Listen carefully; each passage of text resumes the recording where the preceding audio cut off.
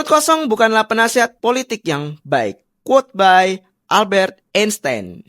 So, kembali lagi di Podcast Library yang sampai hari ini masih belum ada nama podcastnya. Bersama saya Mr. Dani dan saya Mistere. Dan kali ini seperti yang sudah kami bahas di episode pertama, podcast ini akan menjadi wadah untuk saling berdiskusi dan bertukar pikiran terkait kondisi atau pemberitaan yang sedang hangat, baik itu ada di dalam Indonesia maupun di luar negeri. Kira-kira apa nih yang sedang hangat akhir-akhir ini, Mister? Ini nih, saking banyaknya ya, itu tuh saya sampai, gimana sih gambarinnya perasaannya itu. Gak tahu sih sebenarnya nih perasaan saya aja atau ada yang lain gitu loh. Jadi gemes ya, Mister ya? Gimana, Mister? Apa saja yang membuat gemas itu tadi? Barangkali bisa disebutkan? Nah, ini nih, ini saya coba rangkum ya. Ini dari analisa saya yang semoga teman-teman di sini mau mendengarkan, lumayan panjang sih ini tuh. Jadi yang pertama ya. Jadi sempat viral beberapa waktu lalu itu ada isu bahwa kualitas BBM di SPBU Pertamina itu ada yang bilang jelek gitu. Sampai banyak motor yang mogok, bahkan gak cuma motor ya, mobil itu juga. Jadi ada beberapa bengkel-bengkel itu yang sampai banyak motor itu mengalami keluhan yang sama. Dan fenomena ini memang terjadi di kayaknya cuman ada di area Jawa Timur saja sih. Nah, lalu mundur sedikit itu ada kasus MBG, makan bergizi gratis, yang sempat kemarin itu ada beberapa anak-anak di sekolah di Jawa Barat itu mengalami keracunan.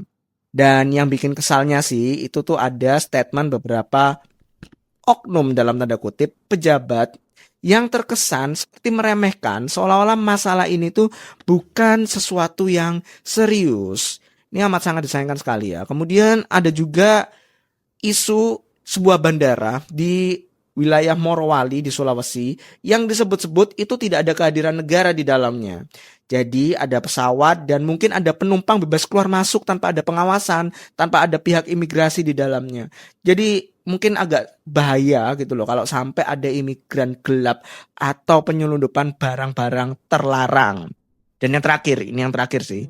Nah, ini kita mau ucapkan berbela-sungkawa juga untuk korban-korban banjir bandang yang ada di 3 provinsi, di Aceh dan di Sumut dan di Sumbar. Dan ini, jadi luas area terdampaknya itu besar sekali ya teman-teman ya. Jadi ada yang bilang itu area yang terdampak itu tuh luasnya setara dengan Pulau Jawa dari barat sampai ke timur. Dan kabarnya sih ini ya ada indikasi ya, kita ulang lagi, ada indikasi illegal logging dan juga pembabatan hutan untuk dialihkan menjadi lahan sawit yang menyebabkan banjir segede itu. Ini kalau saya jadi Indonesia ya, kayaknya tuh Indonesia tuh sibuk banget akhir-akhir ini. Ya sebagai warga negara Indonesia mau gimana ya, mau kesal tapi aku tuh cinta banget sama negara ini dengan segala kewadadidawannya, gemah ripah lo jinawi. Memprihatinkan ya kalau dengar situasi yang sedang terjadi sekarang ini. Apalagi ini adalah indikator yang paling nampak di mata masyarakat.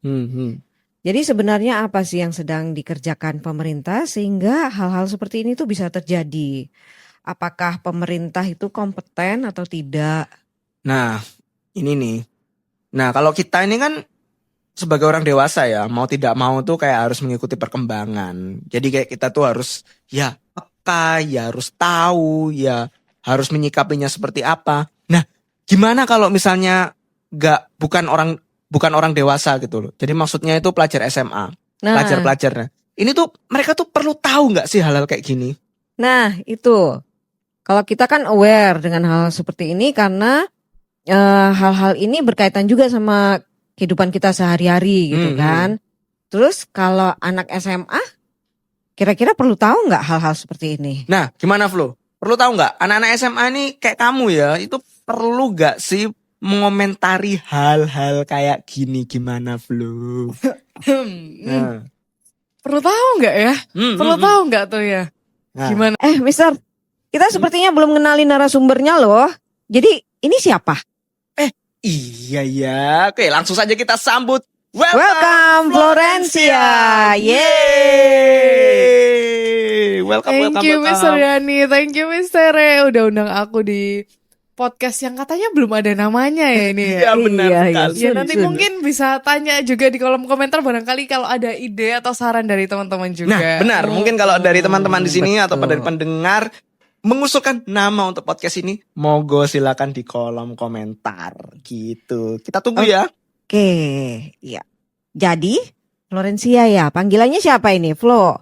Flo barangkali bisa perkenalkan dulu supaya teman-teman di sini Ya, juga pada nama, tahu. Kelas sekarang Flo kelas berapa? Terus sekolahnya Flo ini di mana sekarang? Oke. Kalau kata orang walaupun udah basi ya ini ya, tak kenal maka tak sayang. Ya, bener Perkenalkan, banget. Saya Florencia atau yang biasa dipanggil Flo atau Ren atau sesuka kalian mau dipanggil sayang juga nggak apa-apa. Oh, apa sih namanya? Oh, kelasku. Aku Ya, sekolah kelas, di mana? Kelas berapa? Aku sekarang sekolah di Mawar Sharon Christian School di Surabaya. Wow, SMA. SMA Mawar Sharon Christian School. Sip, oke. Aku sekarang lagi berada di kelas 3 SMA. Nah, udah kelas 3 Oke. SMA ya. Udah cukup, harusnya udah cukup ini ya.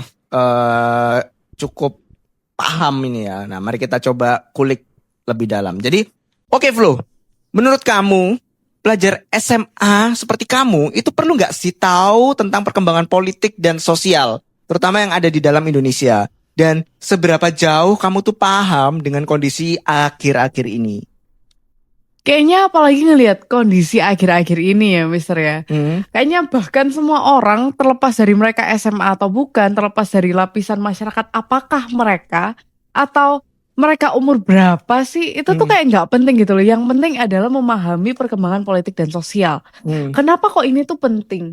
Menurutku ini tuh penting banget karena aku ngerasa bahwa setiap hal di dalam hidupku, di dalam hidupnya di dalam hidupnya Mister atau di dalam hidupnya para penonton sekalipun, politik itu berperan penting gitu loh. Kayak kita besok bisa makan nggak, atau kita itu besok bisanya makan apa, itu kayaknya juga ada semacam aturan politiknya juga Mister.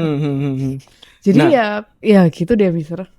Jadi buat yang belum tahu alasan kenapa kami kok mengundang Flo di sini, karena kebetulan saya tuh ngefollow akun Instagramnya Florencia. Jadi kalau saya lihat hampir setiap hari itu tuh Flo di story IG-nya itu selalu merepost hal-hal yang berbau politik di Indonesia. Entah itu soal kebijakannya, entah itu soal kontroversinya, itu selalu di-repost sama Flo. Bahkan saya sempat berpikir, apakah cuman Flo saja kah pelajar SMA yang ada di Indonesia itu yang sevokal dan sepeduli itu seperti Florencia gitu. Dan kayaknya kemarin pas pemilu 2024 kamu ikut nggak Flo? Terus kalau kamu ikut, kamu pilih 01, 02, atau 03. Mungkin nggak boleh gitu Mister, itu kan rahasia.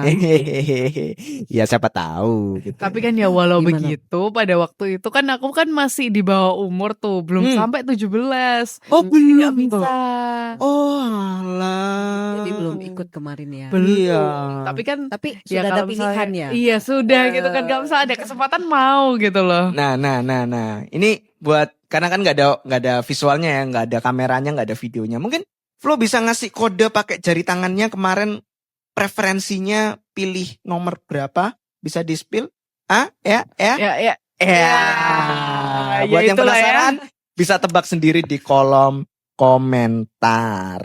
Nah, kalau menurutmu lagi Flo, melihat kondisi sekarang, apakah kamu melihat ada kecenderungan ketidakkompetenan para pejabat dalam membuat kebijakan sehingga dampaknya ya seperti yang kita bahas tadi? Gimana Flo? Menurut aku pribadi sebagai sebagai anak SMA nih ya, pelajar SMA yang duduk di bangku kelas 3 SMA.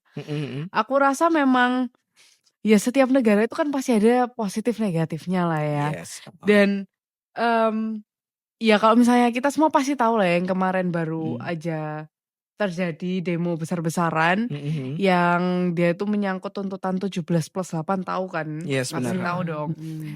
Aku rasa juga pemerintah juga mulai mencoba untuk memenuhi tuntutan-tuntutan tersebut, walau memang ada sebagian yang mungkin membuat masyarakat itu masih merasa kurang puas gitu loh. Loh, Mhm. kenapa kok cuman gini aja? Oh, kenapa kok cuman gini aja? Mhm. Tapi walau ya behind all of that, I think effortnya udah mulai mau untuk memenuhi tuntutan itu kayaknya cukup perlu diapresiasi. Tapi Yes, yes. tentu kita pasti tetap perlu dorong juga untuk I think pemerintahan ini bisa maju lebih lagi to the Benar, next benar. level. And nggak cuman itu, kayaknya Indonesia juga masih punya harapan sih kalau menurut aku.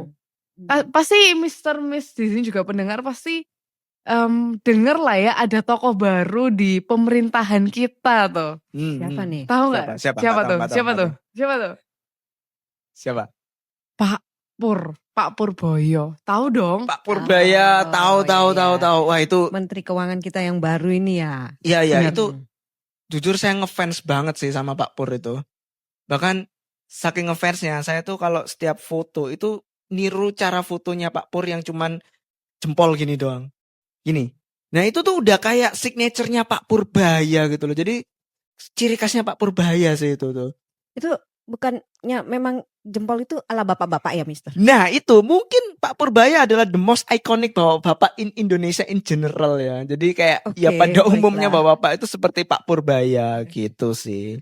Terus ya pokoknya apa ya, saya juga ngelihat ya beliau ini cukup potensial karena memang hampir setiap hari baik di koran maupun di media itu tuh selalu membahas Pak Purbaya ya.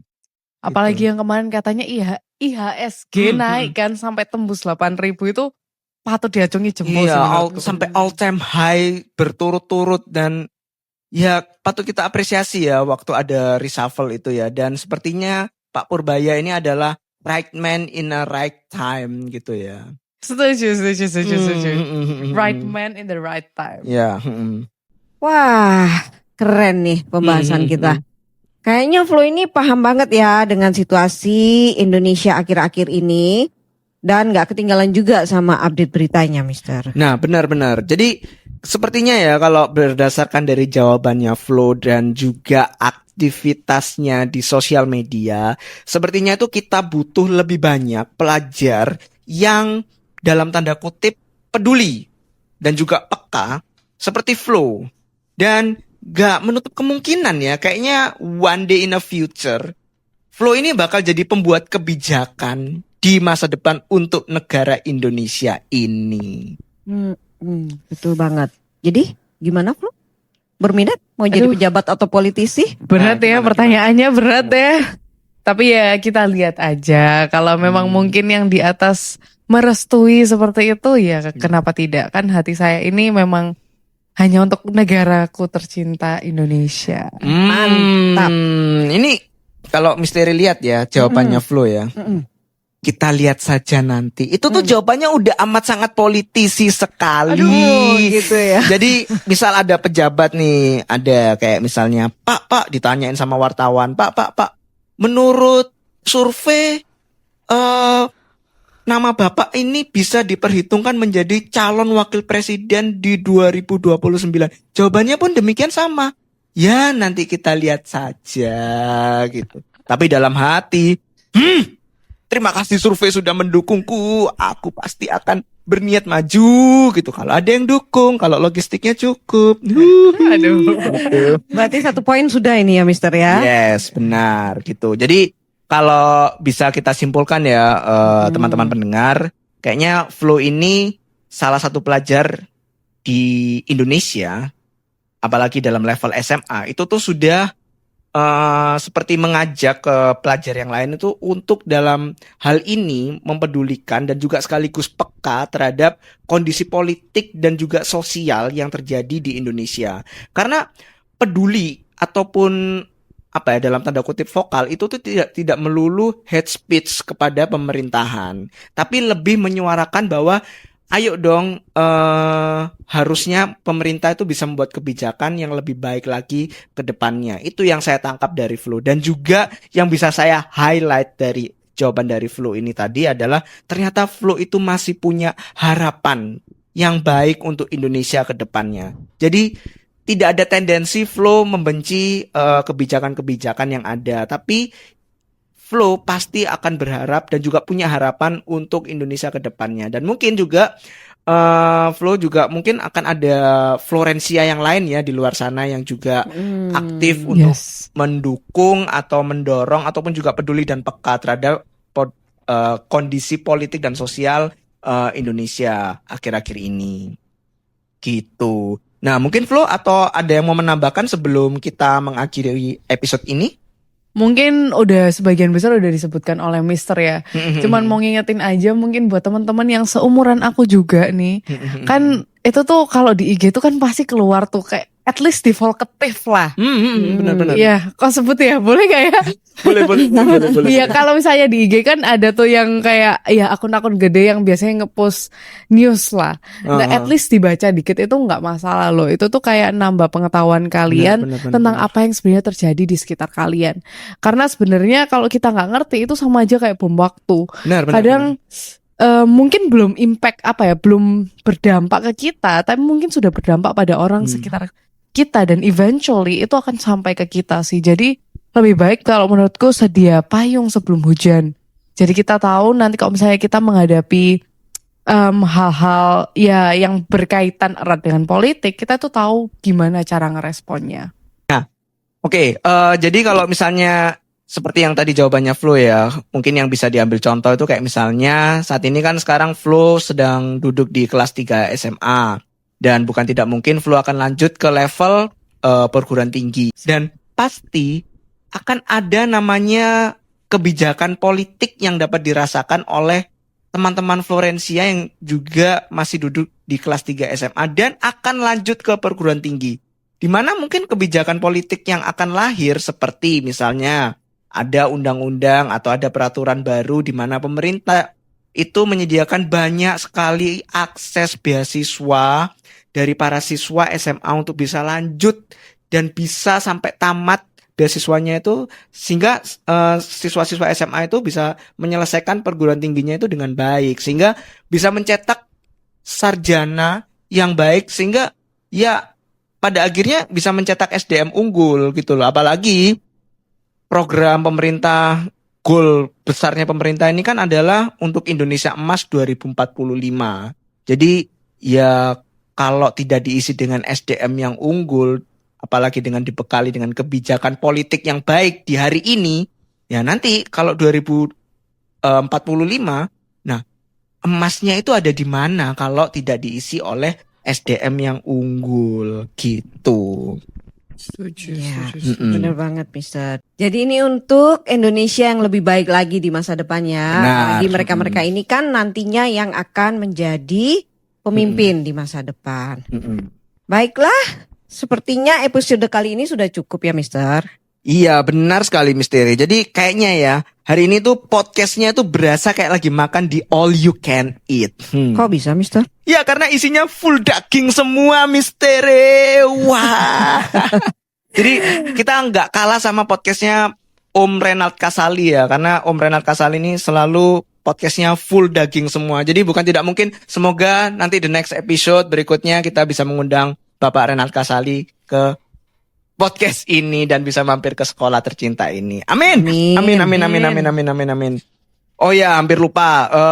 Kita mau mengingatkan mungkin ada teman-teman yang bisa mengusulkan topik di podcast ini ataupun ingin juga langsung merasakan jump in sebagai narasumber, bisa langsung menghubungi Misteri di Library Vision lantai 2 di mana nanti kalian bisa langsung menuliskan atau ngomong ke Misteri, Miss, tolong dong bahas ini, Miss, tolong dong bahas ini, dan bukan tidak mungkin kita juga akan memilih si pengusul topik tersebut untuk menjadi narasumber di podcast kami di episode berikutnya. Itu aja sih. Oke, kalau begitu saya Mr. Dani dan saya Misteri. Saya Florencia. Kami bertiga pamit. See you on the next episode.